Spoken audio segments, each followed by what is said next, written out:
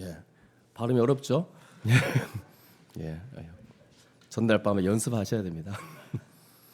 오늘 좀 내용이 많이 긴데, 네, 우리 구속사 말씀 우리 계속해서 살펴보고 있습니다. 우리 창세기부터 요한계시록까지 하나님께서 어떻게 구원을 이뤄 가시는지에 대해서 야곱의 인생을 통해 하나님은 어떻게 하나님 나라를 이뤄 가시는지를 우리가 함께 살피고 있습니다. 저번 시간에는 우리가 두 가지 정도 살펴봤는데, 우리가 그 저번 본문에서 해결해야 될 부분이 있죠. 뭐 신풍나무, 버드나무, 뭐 등등의 나무의 껍질을 벗겨가지고 새끼를 뵐 때 그 자리에 가지를 세워놓으면 이제 그런 얼룩 있는 그런 이 새끼들을 낳게 되는 거죠. 그래서 이제 이 야곱의 것으로 엄청난 이제 양떼들이 또 염소떼들이 이제 생겨나는 그런 일들이 있었습니다.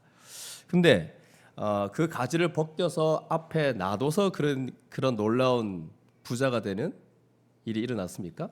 그렇지 않죠. 그렇지 않다는 걸 우리가 저번주에 살펴봤습니다. 그러면 야곱은 왜 그렇게 했을까? 기억나시죠?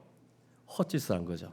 그래서 우리 또한 하나님이 우리 인생 가운데 복 주신다라고 생각하고 그렇게 말하지만 때로는 우리가 뭔가 하려는 부분이 있습니다. 우리가 별짓 다 하거든요. 하나님 복 주신다. 그런적으로 우리에게 복 주신다라고 믿지만 오늘 이 야곱처럼 뻘짓을 하는 겁니다. 헛짓을 하는 거죠. 그래서 하나님 우리를 보시면서 아이고 얘가 또 이러는구나라고 분명히 이제 그렇게 말씀하실 거예요. 그러나 하나님은 뭘 결정하시는 분이냐면 복 주시겠다 결정한 겁니다. 그러니까 내가 이렇게 했으니까 복 받았다라고 얘기하는 게 아니라는 거죠.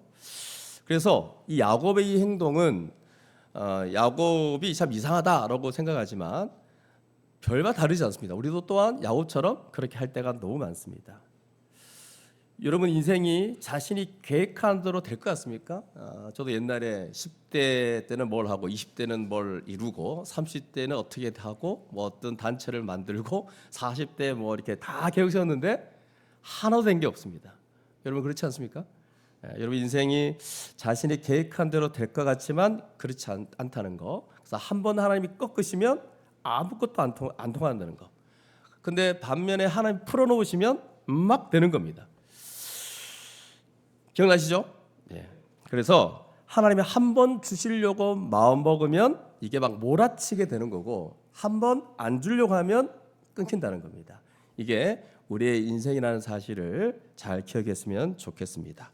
그리고 두 번째로 우리 하나님은 베델의 하나님이다라고 했어요. 베델의 이 베델의 하나님은 이제 그 전에 이제 우리가 봤던 그 장면을 기억해야 되는데 야곱의 처지가 이 에서를 피해서 이제 라반이 있는 쪽으로 가는데 밤에 베개 없이 돌로 베개 삼아 혼자 처량하게 거기서 잠을 이룹니다. 기억나시죠? 얼마나 외롭고 고독하고 자신의 야곱의 인생에 있어서 엄청난 그 인생의 고통 가운데 있었던 그때 이제 하나님 나타나셔가지고 약속하시죠.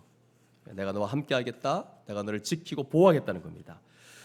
우리 하나님은 베델의 하나님이십니다. 우리를 지키고 보호하실 겁니다. 그분이 우리를 지키고 보호하셔가지고 야곱에게는 엄청난 다산, 물질적 부를 얘기했지만 이거 지금 이 시대에 우리에게 적용한다면 이건 모든 거 다 뭐냐면 영적인 부유함입니다.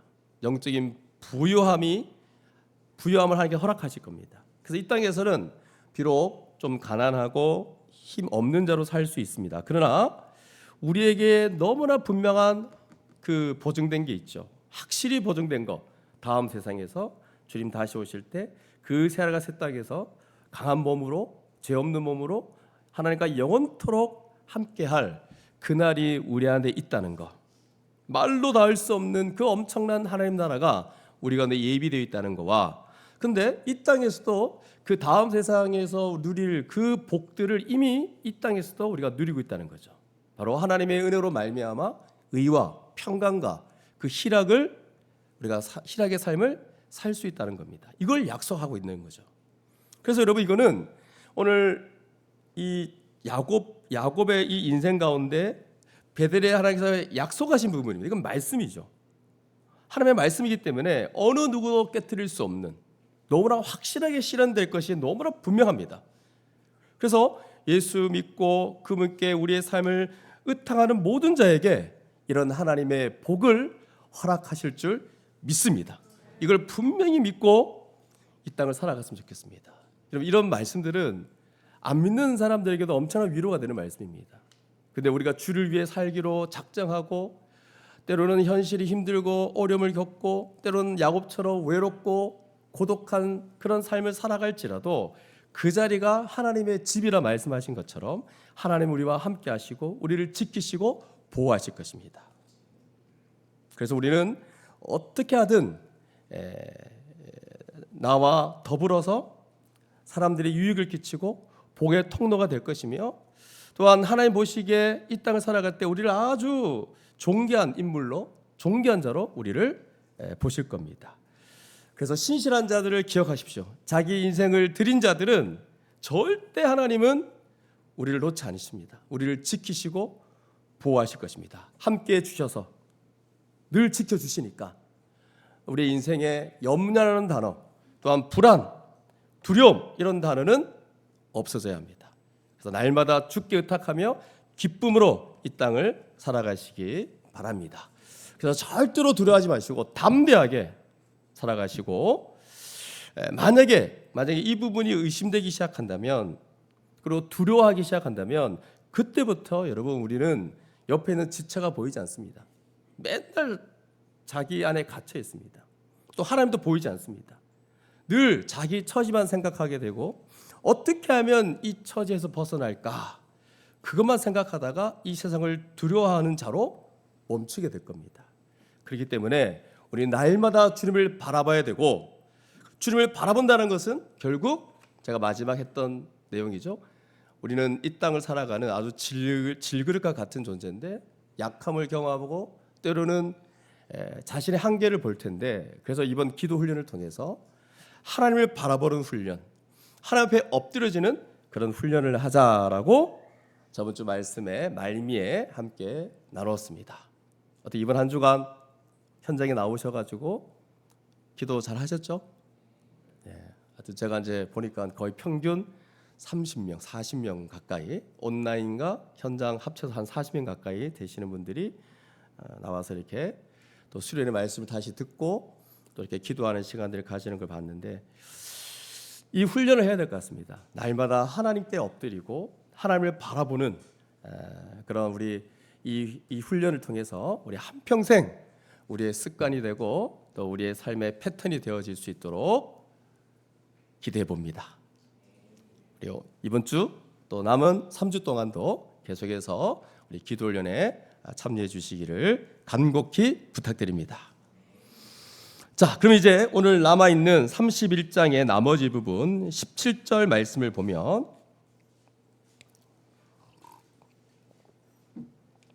야곱이 일어나 자식들과 아내들을 이제 낙타들에게 태우고 그 모은 바 모았어요. 모든 가축, 모든 소유. 이게 뭐냐면 이 밧다라람에서 모았던 모든 가축을 이끌고 이제 가나안 땅에 있는 그의 아버지 이삭의 집으로 가려 할새 다시 돌아갑니다. 원래 본인이 왔던 곳으로 돌아간다는 거죠. 19절에 보면 그때에 라반이 마침 양털을 깎으러 갔다. 이게 이제 그 당시 배경에 보면 봄철에 양털을 한 2개월 정도 깎는데요. 그럼 뭡니까? 지금 라반이 그 악덕 사장 아닙니까? 악덕 사장, 삼촌인데도 불구하고 가족인데도 불구하고 20년간 완전히 부려먹었잖아요. 그 라반이 없습니다. 그러니까 굉장히 오래 집을 비웠다는 거예요. 그때 기회를 잡아서 이제 원래 본인의 고향으로 돌아가게 되는데, 이때 이제 나엘은 또 왜 그러죠? 그의 아버지의 드라빔을 도둑질하고. 그러면 여기서 말하는 드라빔은 뭡니까? 드라빔. 그 당시 이방 우상. 그러니까 이제 자기 집에 이렇게 이제 그 당시 같은 경우는 신상들을 이렇게 집에 놔두는데 그 중에 수호신 같은 건데 아주 조그만한 거, 조그만하게 생긴 건데 이거 가져갈 수 있는 거예요. 이게 부적 같은 거죠. 그러니까 보통 집에 신상들이 많이 있는데 그 중에 가장 작은 수호신이 되는 이 드라빈을 이제 가지고 토끼입니다. 예, 도둑질하고 그 아버지 드라빈을 도둑질하고. 예. 그러니까 이제 우리 집의 수호신이다. 이걸 대대로 물려주고 막 그랬던 건데 나엘이 그걸 딱 가져갑니다. 얘는 또 왜 그러죠? 예. 그리고 이제 야곱은 그 거취를 아람 사람 라반에게 말하지 않고 가만히 떠났더라. 이게 도망친 거죠. 그러니까 도망치듯이 지금 멀리 떠났다는 거예요. 그러니까 이제 나중에 알게 됐지만 여러분 야곱이 이제 32장 같은데 보면 그 막 어떤 사람이 와서 막 씨름하고 막 그러잖아요. 이제 결국 야곱의 믿음이 분명히 여기에 약속을 받았으면 말씀을 들었으면 당당하게 가서 나는 갑니다라고 할 수 있는 거죠. 근데 도망치듯이 갔다는 거는 아직 야곱이 뭔가 두려움, 믿음 없음 이런 부분이 지금 혼재돼 있는 32장에도 약간 그런 모습이 보이거든요. 그러니까 지금 야곱이 이런 어떤 상태라는 것을 우리가 좀 알 수 있습니다. 21절 그가 그의 모든 소유를 이끌고 강을 건너 길라산을 향하여 도망한 지 3일 만에 야곱이 도망한 것이 라반에게 들린지라. 3일 동안 도망갔는데 라반이 3일 만에 떠나간 것을 알았어요. 그래가지고 라반이 그의 형제들을 거느리고 7일 동안 추격해서 길라산에서 이르게 됩니다. 그러니까 여러분 야곱이 그 집을 떠난 지 10일 만에 라반이 추격을 시작한 지 7일 만에 길라산에 이르렀다는 거예요. 여러분 이 장면을 볼 때 좀 흥미진진하게 봐야 돼요. 막 최선을 다해서 이 길라산이라는 것은 밧다마람에서 거의 거리가 반 정도 온 거래요. 그러니까 여러분 이 짧은 시간 내에 어떻게 왔을까? 이게 불가능한 거예요, 여러분. 거기다가 야곱 혼자 사람만 간 게 아니라 엄청난 양떼를 데리고 전력 질주해서 온 거거든요. 양떼들이 죽을 것 같아 할 것 같은데요. 거의 어떻게 이렇게 달렸을까? 그리고 길라산 쪽으로 왔다는 말은 숨기에 용이하대요. 그 당시 전력을 다해 갑니다. 그러니까 그 양떼들이 죽지 않았을까? 그런데 웃긴 거는 라반도 전력을 다해서 3일간의 거리가 있으니까 3일 먼저 갔으니까 7일 동안 추격을 한 거예요. 그리고 이제 딱 만난 거예요. 자, 그런 장면입니다, 여러분. 그때 이제 오늘 너무 중요한 말씀이죠. 하나님 말씀하십니다.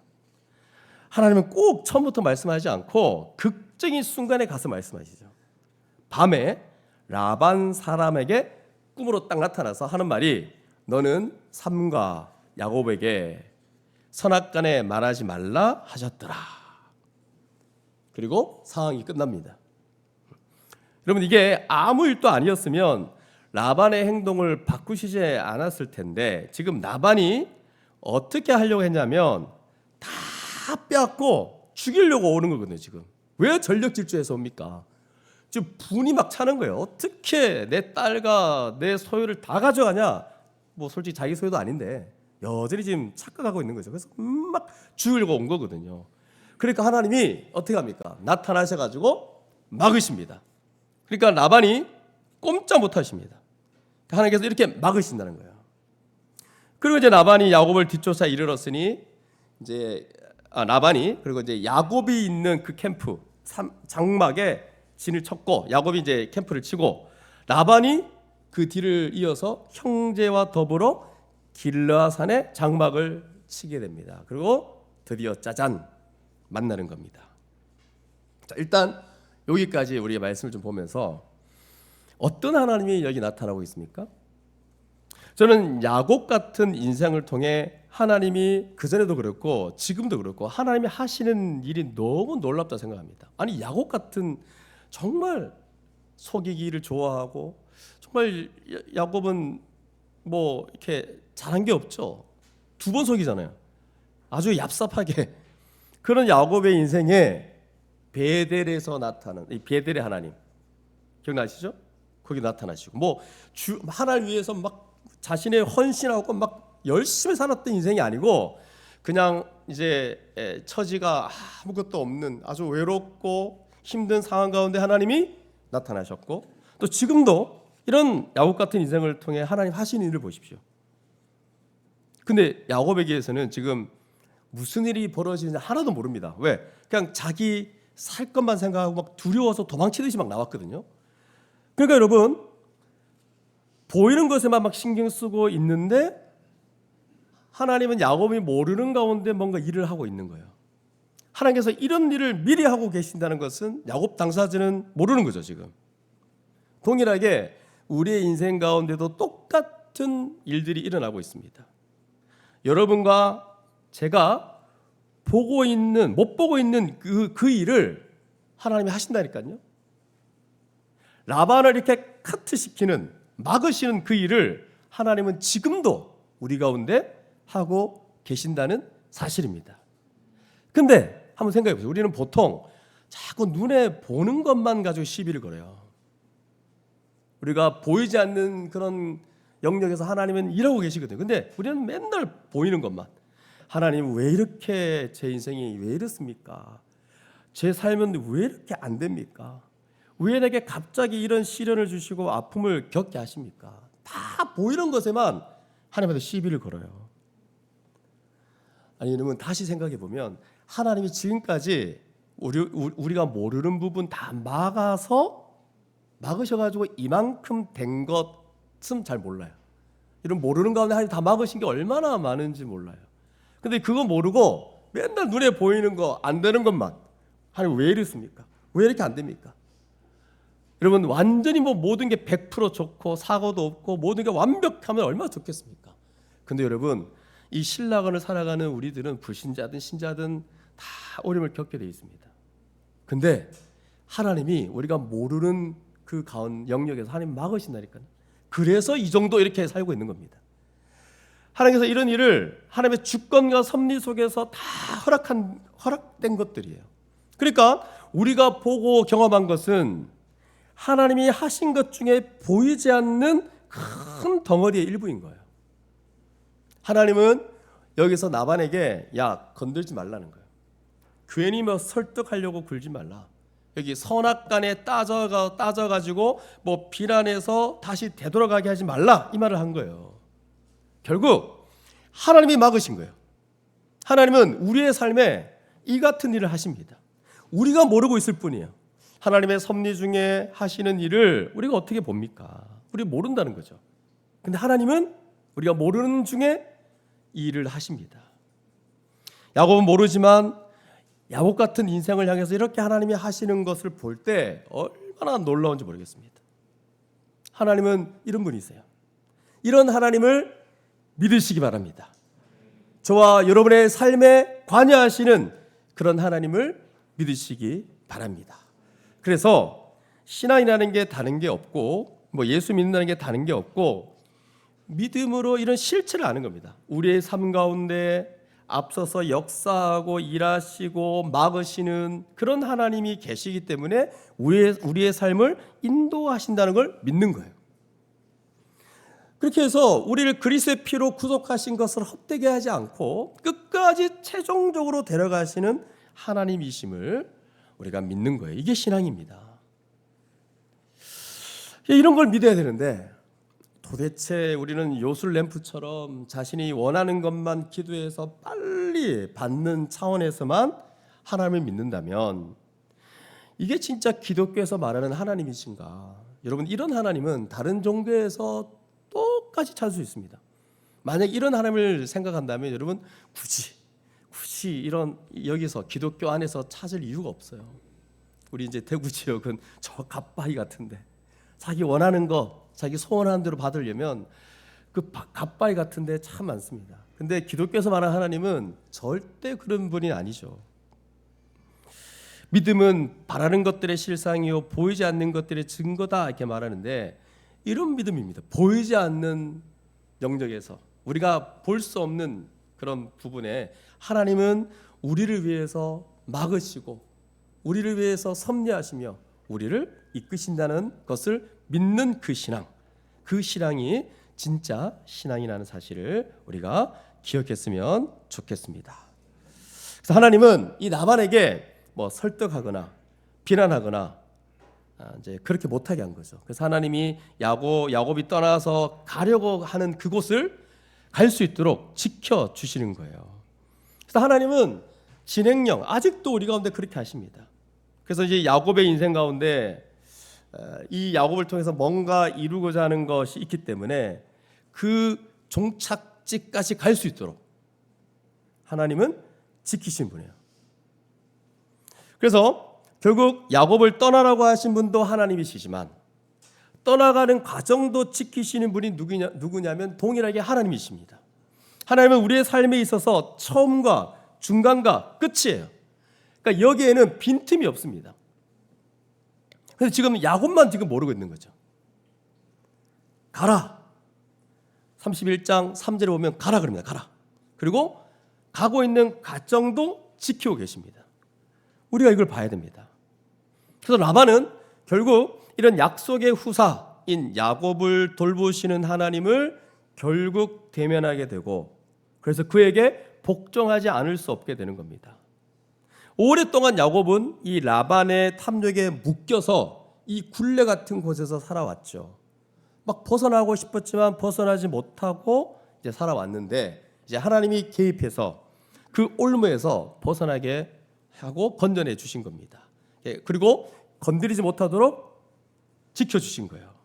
그래서 라반과 이 야곱의 관계는 마치 하나님을 아는 자와 하나님을 알지 못하는 자의 관계와 같다라고 볼 수 있습니다. 이것은 지금도 마찬가지예요. 그리스도께 속한 자들은 지금도 이 땅에서 그리스도에 속하지 않은 자들부터 이런 야곱이 겪었던 대적과 반대와 방해와 무시를 당하는 이런 일들이 이 땅 가운데 있을 수 있죠. 근데 우리는 그들로부터 궁극적으로 완전하게 벗어나게 하시는 그 일을 장차 보게 될 것입니다. 물론 이 땅 가운데서도 그렇게 하시죠. 그런데 궁극적으로 완전하게 벗어날 수 있도록 그 일을 장차 하신다는 겁니다.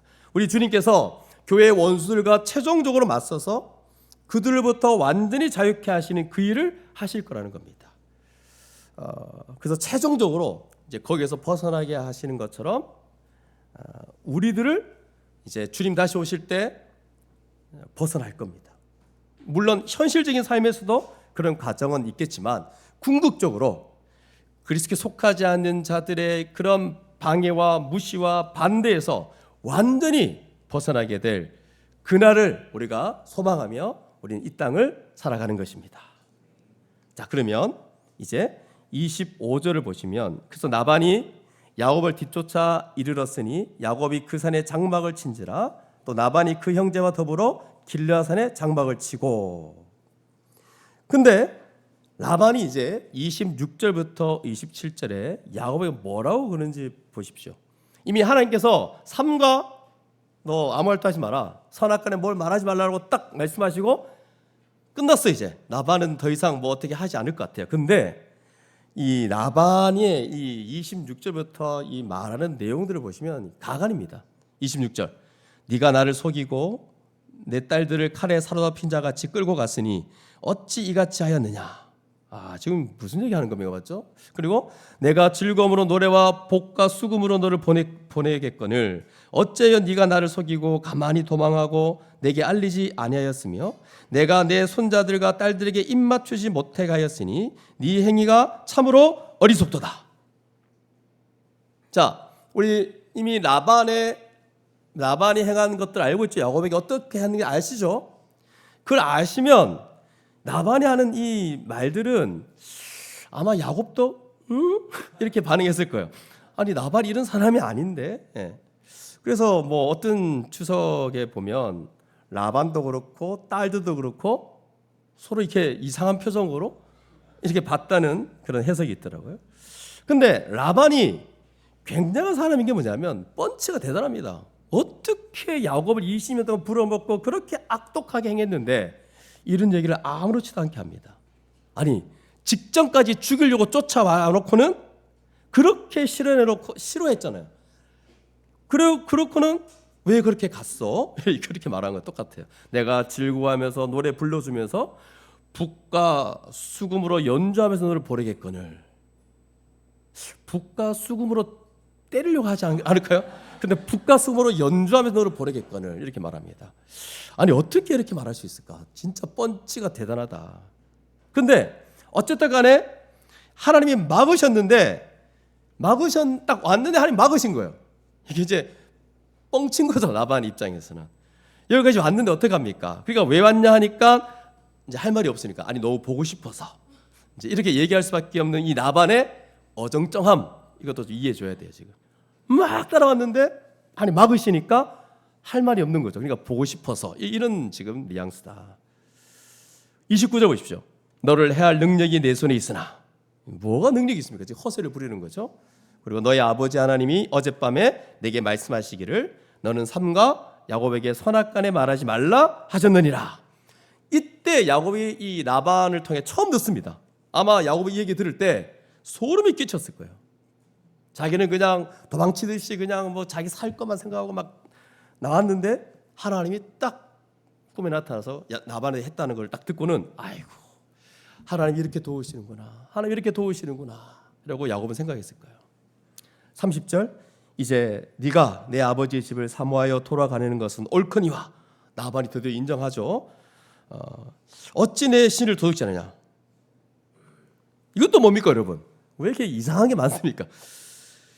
야곱은 전혀 모르는 일이죠. 31절 야곱이 라반에게 대답하여 이르되 내가 생각하기를 지금은 드라빔을 얘기하는 것 같아요. 외삼촌의 딸들을 내게서 억지로 빼앗으리라 하여 두려워하였습니다. 자신의 마음을 그대로 얘기합니다. 그다음에 근데 외삼촌의 신을 가져갔다고요? 이제 야곱은 모르는 일이니까 라헬이 몰래 갖고 왔으니까. 그러면서 야곱이 자신 있게 말합니다. 누구에게서든 찾든지 간에 그는 살지 못할 것이요. 지금 라헬이 얼마나 놀랐을까? 지금 지금 굉장히 상황이 안 좋아지는 거예요. 그래서 라헬이 미리 좀 야곱한테 얘기해 줬으면 다른 얘기 했을 텐데 야곱은 그것도 모르고 그는 살지 못할 것이요. 라헬이 뜨끔했을 겁니다. 그리고 32절 보십시오. 우리 형제들 앞에서 무엇이든지 외삼촌의 것이 발견되거든. 이 말이 뭡니까 여러분? 뭐 양들 중에 흰 양이 있다든가 또 염소들 중에는 검은 염소가 있다든가 그러면 다 외삼촌 거잖아요. 그 외삼촌 다 가져가십시오. 그래서 야곱은 라헬이 그것을 도둑질한 줄을 알지 못함이더라. 그 얘기를 하고 있습니다. 그리고 나서 33절을 보시면 라반이 야곱의 장막에 들어가고 레아의 장막에 들어가고 또 두 여종의 장막에 들어갔으나 들어갔으나 찾지 못하고 레아의 장막에서 나와서 라헬의 장막에 들어가매. 야, 여러분 이거 왜 이렇게 반복적으로 이렇게 지금 진행하는 표현을 썼을까요? 왜 이걸 자세하게 묘사하고 있냐면 여러분 뭔가 이게 성경 보면서 좀 위기감이 느껴지지 않습니까? 영화 같은 데 보면 누가 이렇게 적이 막 찾으러 올 때 막 둥둥둥둥둥둥둥둥둥둥 막 점점점 위기가 오는 걸 묘사하는 거예요. 긴장감이 조여오는 상황. 위기의식이 고조되고 있는 상황이에요. 그때 34절 라헬이 그 드라빔을 가져서 낙타 안장 아래에 놓고 그 위에 앉으시라. 라헬이 좀 똑똑하긴 합니다, 여러분. 위기 대처 능력이 있는 것 같아요. 라반이 그 장막에서 찾다가 찾아내지 못함에 라헬이 그의 아버지에게 이르되 뭐라고 합니까? 마침 생리가 있어서 일어나서 당신을 영접할 수 없사오니 내 주는 노하지 마소서 하니라. 그리고 나반이 그 드라미를 두루 찾다가 결국은 찾아내지 못합니다. 그럼 여러분 여기 왜 여러분 성경 연구를 해봐서 알겠지만 드라빔이 왜 반복되어 있을까? 드라빔이라는 단어가 왜 자꾸 나오고 또 라헬이 왜 드라빔을 훔쳤을까라고 생각할 때 어떤 견해 중에 한 가지가 그게 있어요. 이걸 가져다가 야곱의 집에 두면 자기 집이 복을 받을 거다라는 그런 견해가 있어요. 근데 여러분 이렇게 생각하기가 어렵어요. 물론 제가 이제 다른 강해 설교자들의 설교를 들어보면 이 드라빔을 가지고 또 뭐 우상을 섬기지 말라는 메시지로 가더라고요. 이제 그럴 수 있습니다. 제가 이거 틀렸다는 게 아니라, 근데 그렇게 보기 힘든 이유가 야곱이 하나님을 섬기고 하나님의 도우신 가운데 살아가는 사람인지를 라헬이 알지 않습니까? 근데 그걸 알고 있는데 이렇게까지 하기는 어렵습니다. 그래서 아마도 라헬이 아버지를 원망하는 마음 때문에 아버지의 그 집안에 있는 복의 근원 혹은 그 집에 뭔가 번성케 된다고 여겨지는 가장 소중한 것 가지고 와서 이 딸들이 라헬이 엄청 고생했잖아요. 아버지 때문에. 원래 본인들이 지참금으로 받은 건데 다 판 거죠. 자기 딸들을. 그냥 골탕 먹어봐라 이렇게 생각할 가능성이 크다는 거예요. 그러니까 아버지가 가장 소중히 여기는 것을 딸이 갖고 왔다는 거죠. 라헬이. 만약에 이게 굉장한 거라면 자기 엉덩이 밑에 깔지 못합니다. 수호신인데. 그리고 원래 율법으로 보면 우리가 유대인이 아니니까 아무 느낌이 없는데 생리한다는 거는 여러분 이건 뭐 몸이 더럽다 이런 뜻이 아니라 제의적으로 부정한 걸로 봅니다. 그러니까 지금 생리한 여자 밑에 드라빈 놓여 있는 거 아닙니까? 그럼 드라빈도 기분이 굉장히 안 좋을 것 같아요. 그 엉덩이 밑에 있는 거죠. 아주 모독스러운 거예요. 그러니까 엉덩이에 깔려 있는 신 중에 가장 최하신이 된 거예요 지금. 뭐 어쩌지 못하는 거예요 지금. 그러니까 한편으로 진짜 깔아뭉개는 거거든요. 그래서 한편으로는 나반에게 골탕 먹이는 거 이거 하나 이런 해석이 제일 그래도 이 본문 전체를 해석하는데 좋을 거예요. 근데 이런 그림을 통해서 또 어떤 게 있냐면 이 세상의 것들이 얼마나 허망하고 이 세상 신이 얼마나 허망하고 하나님이 유일한 하나님이다. 하나님이 정말 옳다. 정말 하나님이 우리를 위하시는 신이다라는 것을 이 장면을 통해서 우리에게 보여주고 있다라고 봐도 될 것 같아요. 자, 그러면 이때 이제 36절부터 야곱이 얘기하기 시작합니다. 반전이라는 반전. 이제 막 라반이 막 뭐라 했는데 이제 라반에게 대답해 이르되 내 허물이 무엇입니까? 내가 뭐 잘못했습니까? 이제 드디어 목에 힘을 준다고 목에 힘을 주고 말합니다. 무슨 죄가 있기에 외삼촌께서 내 뒤를 급히 추격하나이까? 내가 얼마나 빠르게 도망갔는데 어떻게 이렇게 빨리 왔습니까? 이런 말이죠. 그러니까 급히 추격했다는 걸 알고 있는 거예요, 야곱도. 그리고 이제 37절에서 39절까지 말씀은 그 앞에 우리가 이미 저번 시간 2주 전에 야곱이 얼마나 20년 가까이 열심히 일했는지에 대한 내용이에요. 이걸 봐야 됩니까? 이거 너무 많은데 맞죠? 이거 보면 아시겠죠?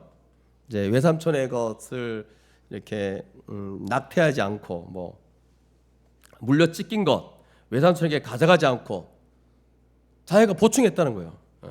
낮에 도둑을 맞았는지 밤에 도둑을 맞았는지 외삼촌이 그것을 내 손에서 찾았다는 거예요. 외삼촌 진짜 나반은 진짜 악독이 악독. 그 잃어버린 것까지. 아니 그냥 자연 손실은 원래 빼야 되는 건데 그것까지 달라고 한 거예요. 그러니까 원래 야곱 건데 자기 걸로 다 했어야 되는데 어떻게든 열심히 부지런히 일했다 이 얘기를 하고 있습니다. 그리고 이제 40절 보십시오. 내가 이와 같이 낮에는 더위와 밤에는 추위. 그 당시 이스라엘 날씨가 그래요. 낮에는 너무 덥고 밤에는 너무 추워요. 이거 무릅쓰고 눈 붙일 겨를도 없이 지냈습니다. 내가 외삼촌의 집에 있는 이 20년 동안 외삼촌의 두 딸을 위하여 14년, 외삼촌의 양떼를 위하여 6년을 외삼촌에게 봉사하였거니와. 이제 야곱의 20년 동안 있었던 그런 삶을 지금 회고하면서 얘기한 겁니다. 지금 자기 안에 맺힌 거 다 얘기하는 거예요. 이제 마지막이니까 얘기한 게 할 말 다 하자 이거예요 지금. 그리고 41절 42절 같이 읽겠습니다. 41절 42절 시작.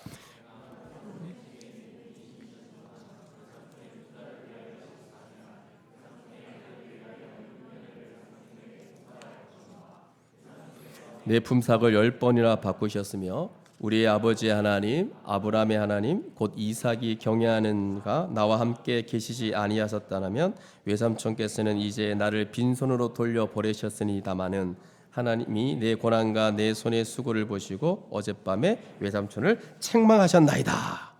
네, 돌려보내셨으니다마는 왜 이렇게 어렵습니까? 자, 결국 이게 한마디로 말하면 당신이 지금까지 한 것은 하나님을 대항한 것이다 이 말이에요. 그리고 나반은 아무런 할 말이 없겠죠. 나반이 이 말을 듣고 얼마나 부끄러웠을까. 비록 43절 말씀대로 이제 할 말이 없으니까 그냥 이제 야곱이 가진 모든 게 이제 뭐 아내, 자식, 재산 등등 다 이거 나반에서부터 나온 거지만 이제 어떻게 할 수 없는 거지. 이제 다 야곱의 것입니다. 그 얘기를 이제 할 말이 없으니까 이제 한 건데, 이제 부인할 수 없는 사실인 거예요 지금.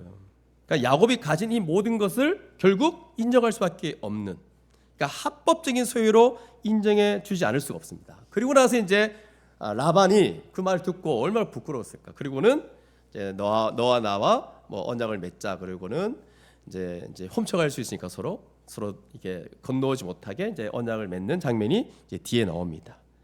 그래서 늦은 감이 있지만 여기서 야곱과 라반은 이 그동안 있었던 20년 가까이 있었던 모든 문제를 이제 정리하게 됩니다. 합법적인 소유자로 야곱을 인정하게 되는 거죠. 물론 라반은 자기 본신은 아니겠지만 결국 야곱을 하나님께서 축복받은 자로, 하나님이 그렇게 주셔서 그렇게 하신 자로 인정한 겁니다. 여러분, 우리도 마지막 때 이런 비슷한 일이 벌어질 겁니다. 모든 사람들이 비록 마지못해 하겠지만 마지못해 그리스도를 인정하게 되고 또 그리스도께 속한 자를 인정하게 될 그날이 우리 앞에 올 겁니다. 이런 결론이 최종적으로 있게 될 거라는 거죠. 그동안 거의 종처럼 살았던 야곱이 결국 하나님께서 이렇게 이제 높이시는 거죠. 예수 그리스도를 높이신 것처럼 결국 이렇게 높인 거는 그의 후손으로 오실 예수 그리스도 때문에, 예수 그리스도 인해서 이 사람을 높이는 거예요. 결국 우리도 나중에 솔직히 우리가 뭐 이렇게 잘나서 우리가 뭐 어때서 그런 게 아니고 그리스도 때문에 높임을 받게 될 것입니다. 나중에 저와 여러분들은 잘난 것이 있어 그런 게 아니고, 맞죠? 잘난 게 이런 게 아닙니다. 그리고 예수 믿지 않는 사람들 중에도 보면 정말 이렇게 뭐 산속에서 돛 닦는 사람들을 보십시오.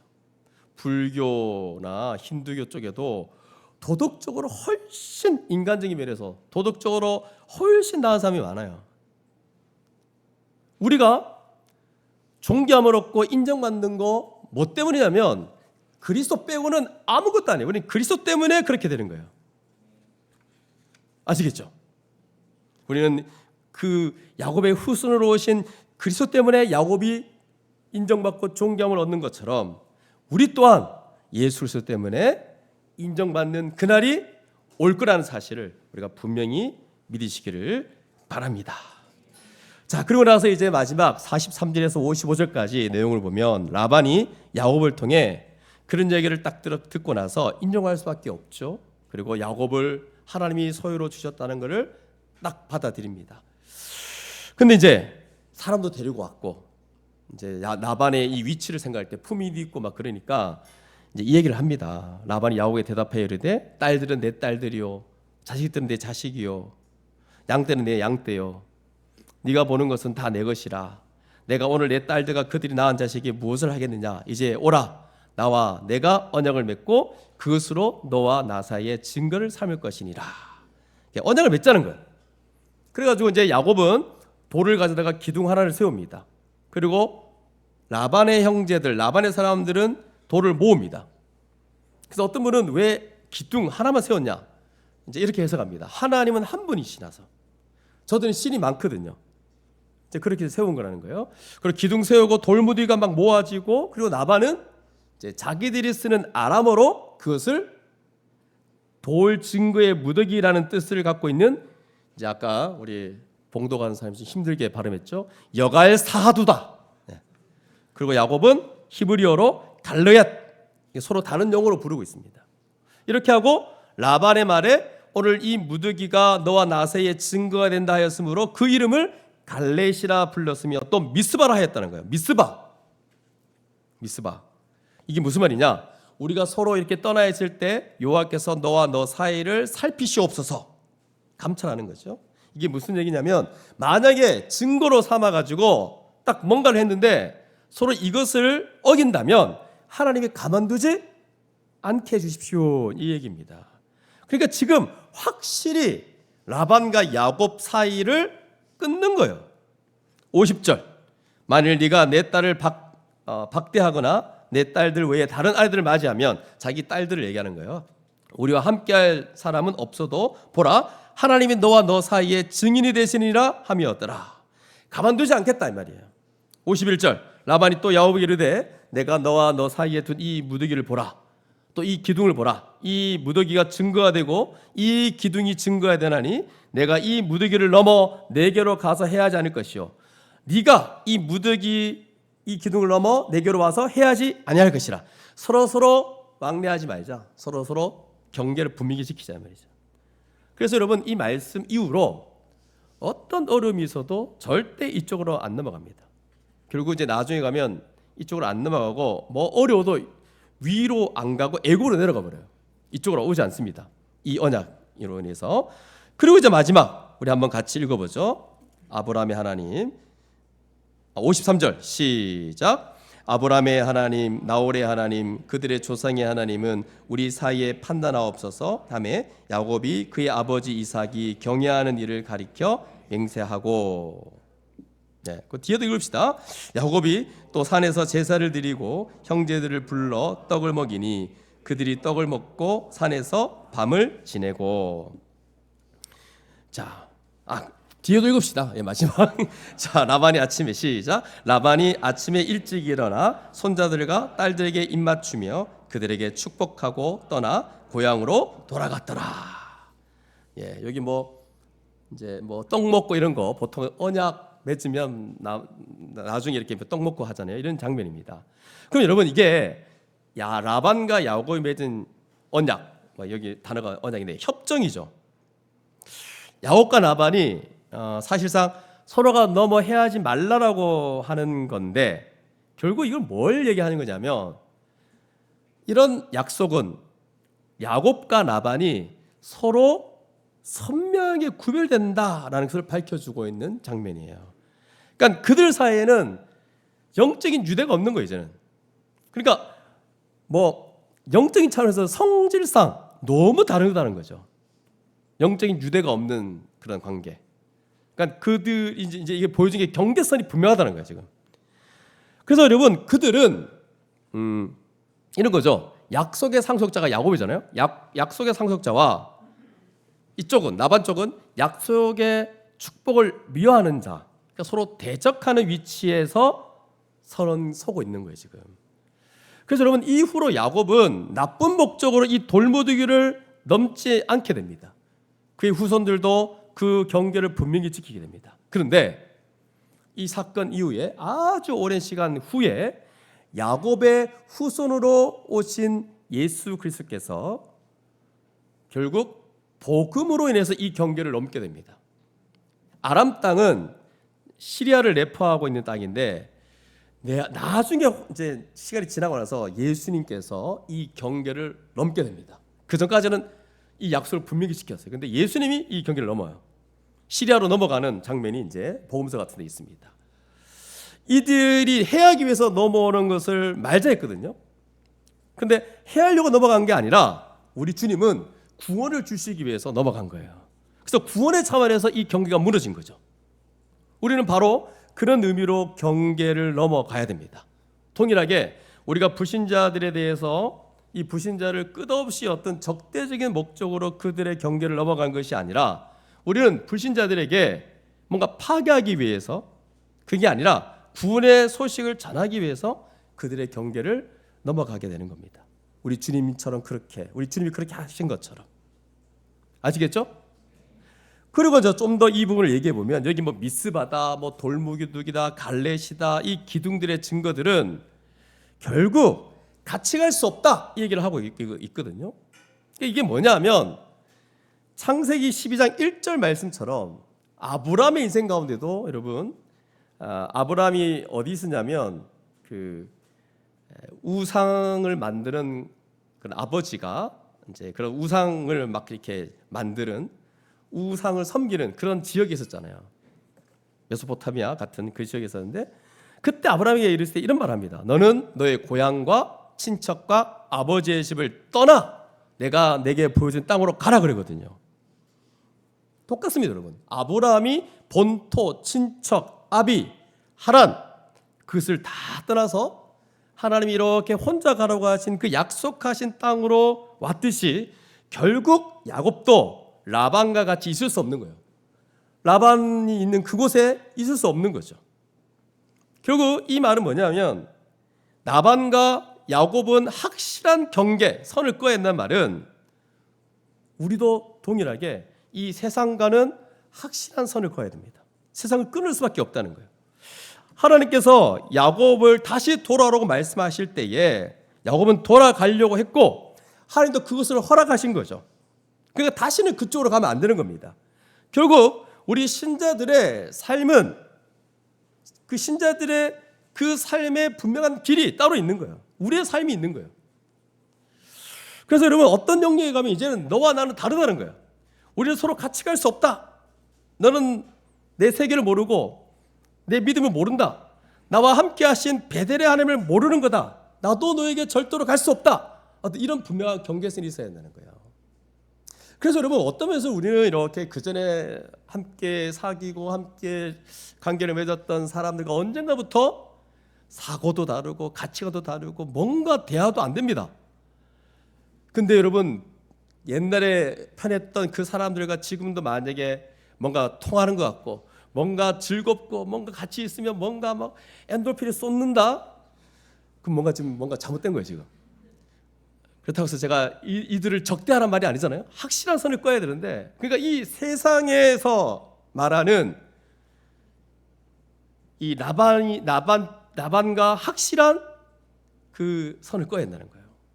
절대로 우리는 다시 갈 수 없습니다. 그래서 미스바라고 선언할 수밖에 없다는 거예요.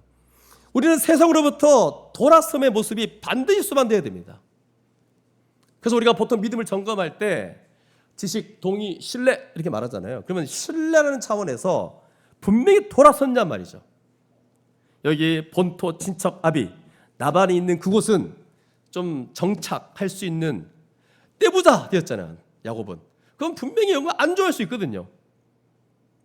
그럼 여러분 근데 우리는 세상과 절대 같이 갈 수 없습니다. 세상이 주는 안정감, 안락함 거기서부터 나와서 비용을 처리할 수 있어야 한다는 거예요. 그래서 믿음을 말할 때 비용 계산해야 한다는 거예요. 정말 예수 믿습니까? 예수 정말 믿는다면 당신이 오랫동안 머물고 안주했던 그곳에서 벗어날 수 있습니까? 라는 질문을 하는 거잖아요. 우리 예수 믿는 자들은 우리만의 길이 있는 거예요. 그래서 하나님이 주신 그것으로 가면서 우리는 한평생 하나님의 복락을 누리며 살아가게 된다는 사실입니다. 우리 모두가 세상에 대한 분명한 경계선을 가지고 안주할 수 있고 그곳에 머물려는 마음 들 수 있지만 우리가 분명히 돌이켜 세상과 구별하는 그런 인생을 살아갈 수 있는 우리 모두가 될 수 있기를 바랍니다. 이제 말씀을 마무리하기를 원하는데 창세기 31장 전체를 한번 보십시오. 여기서 야곱의 삶을 한번 우리 들여다보시기 바랍니다. 야곱의 삶이 어떻게 인도되는지를 좀 봤으면 좋겠는데 우리 창세기 31장 3절 말씀을 한번 같이 보죠. 창세기 31장 3절 같이 읽겠습니다. 시작.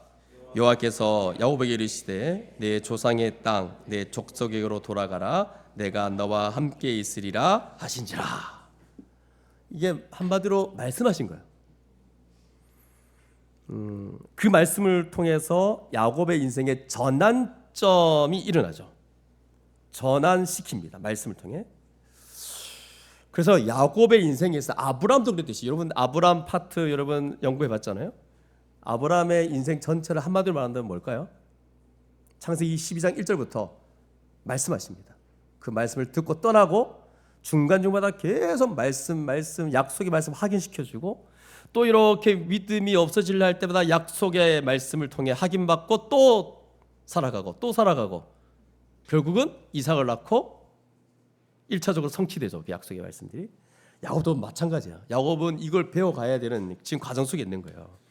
하나님의 말씀이 자신의 삶을 바꾸고 이끌고 있다는 걸 깨달아야 된다는 거죠. 그래서 하나님의 백성의 삶은 하나님의 말씀을 따라 살아가고 또 말씀이 성취되기 위해서 살아가는 삶이구나 라는 것을 야곱이 배워야 되고 우리 또한 이것을 배워야 됩니다. 그러면 나중에 야곱한테 이 세겜 땅에만 머물러 있을 때 이게 세겜 땅에 머물러 있다는 말은 좀 안 좋은 거거든요. 그때도 다시 베들로 올라가라 라고 말씀합니다. 결국 인생의 모든 게 뭐냐면 하나님의 말씀을 따라 되는 거다라는 것을 배우게 하신 거예요. 그러므로 오직 하나님의 말씀만을 위해서 살고 말씀을 위해 가나안 땅에서 성취되는 것을 봐야 되는 거죠. 야곱은 동일하게 우리도 하나님께서 우리의 삶을 말씀으로 인도하신다는 사실을 아셔야 됩니다. 그래서 우리는 하나님의 말씀을 쫓아야 됩니다. 말씀을 따라가야 됩니다. 떠나라 그러면 떠나가야 되는 거죠. 하나님의 말씀이 이렇게 말한다면 그냥 그 말씀을 그저 순전하게 받아들이고 따라가는 것.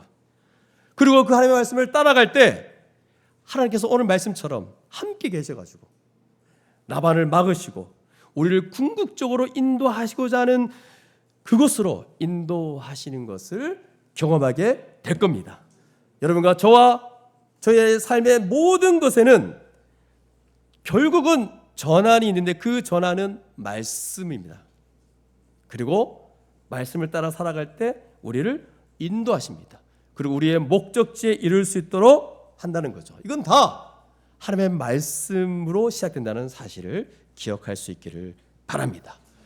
그러면 여러분, 우리 교회가 첫 번째 비전을 말할 때도 복음 말씀을 이렇게 중심으로 한 교회 이렇게 얘기하잖아요. 우리가 너무 이런 얘기를 많이 들어서 그럼 하나님의 말씀 이렇게 말할 때 여러분은 어떻게 생각하는지 모르겠습니다. 말씀, 하나님 말씀으로 산다고 할 때 이게 그냥 맨날 듣는 얘기니까 그냥 맹목적으로 생각하고 있지는 않는지 모르겠어요. 어떤 부류들은 말씀 그러니까 말씀주의도 있어요. 말씀주의. 그러니까 뭐냐면 여러분 절대 제가 말할 때 이거는 그냥 말씀을 강조하니까 그냥 그렇지 말씀이 중요해 이 정도로 끝나는 게 아니라 말씀을 나와 분리시킬 수 없는 거죠. 자꾸 근데 말씀을 나와 분리시켜 생각하는 사람이 많습니다. 이제 개혁주의가 어떻다 이렇게 말을 하더라도 또 말씀을 말씀이고 또 삶은 또 따로 분리되어 있는 그게 아니라 그래서 말씀이 뭔가 신기한 힘을 가진 것으로 생각하는 또 그런 부류도 있는데 그렇지 않고 우리가 보통 설교 때 듣는 말씀과 개인적으로 말씀을 연구하고 묵상하는 이 말씀들은 그냥 분리시키는 게 아닙니다. 이건 우리의 삶에 아주 깊이 관여되어 있는 거예요. 말씀을 통해서 우리의 삶에 미치고 뭔가 영향을 미치고 우리에게 전환을 주고 인도하는 말씀이라는 거예요. 그렇기 때문에 우리가 그 말씀을 쫓아 따라가야 되는 거거든요. 말씀을 따라 살아갈 때 오늘 우리가 이 본문에서 봤듯이 하나님은 막으십니다, 여러분. 그리고 어떻게든 목적지로 인도하신 분이세요. 말씀을 따라 살아갈 때 하나님 우리를 그냥 가만히 내버려 두지 않습니다. 어떻게든 막고 우리 해치지 못하게 하고 원래 하나님이 가진 이 목적지로 잘 갈 수 있도록 우리를 인도하신다는 사실입니다.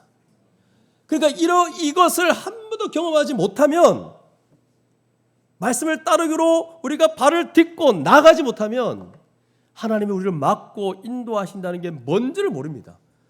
그냥 추상적인 말씀 머릿속에만 남아있는 거예요. 이 놀라운 우리 신자들에게 허락하신 이 비밀을 알고 믿음으로 날마다 하나님의 말씀을 쫓아 살아갈 수 있는 우리 모두가 될 수 있기를 바랍니다.